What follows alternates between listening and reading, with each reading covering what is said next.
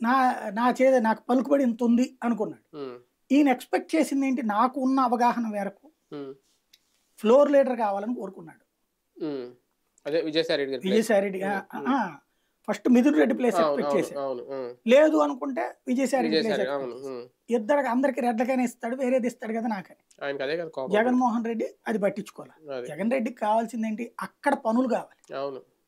అక్కడ తన మనుషులు కావాలి. అవును. విజయసాయి రెడ్డి మన పాయింట్. మనిషి. అవును. ఇతను ఒకసారి తనని వెన్నుపోటు పొడిచి వచ్చినోడు.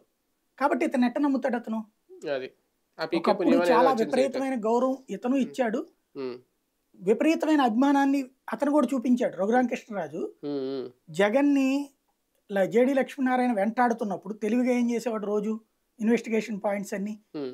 ఆంధ్రజ్యోతికి, ఈనాడుకి లీక్ చేస్తుండేవాడు. హ్మ్. బ్రేకింగ్‌లు, వార్తలు ఫుల్ ఫ్లెడ్జ్డ్‌గా వచ్చాయప్పుడు. హ్మ్. యాక్చువల్‌గా సీబీఐ బయటికి ఏది ఎక్స్‌పోజ్ చేయకూడదు. హ్మ్. మొత్తం కోర్టులోనే చూపించుకోవాలి. హ్మ్. ప్రతిరోజు హాఫ్ పేజీ కథనాలొచ్చినాయంటే హ్మ్. ఈయనిచ్చిన ఫీడ్‌బ్యాక్. హ్మ్. అది వాళ్ళకి తెలుసు హ్మ్. జగన్‌కి. హ్మ్. కాబట్టి అతన్ని ఎట్లా కంట్రోల్ చేయాలి అన్నప్పుడు హ్మ్. ఇతను కనిపెట్టిన ఫార్ములా ఏంటి? జేడీ లక్ష్మీనారాయణ ఫోన్ ట్యాపింగ్ చేపిచ్చి, హ్మ్. ముంబైలో ఉన్నటువంటి ఒక పోలీస్ అధికారి చేత అక్కడ అసాంఘిక శక్తులు, టెర్రరిస్టులతో లింక్స్ ఉన్నోళ్ళ నంబర్‌లో ఇతన్ని పెట్టిచ్చి, హ్మ్. దాని ద్వారా ఇతని డేటా అంతా సేకరించి, హ్మ్. రాధాకృష్ణకి ఎన్ని కాల్స్ చేశాడు? హ్మ్. ఎవరో ఒక అమ్మాయితో ఎట్లా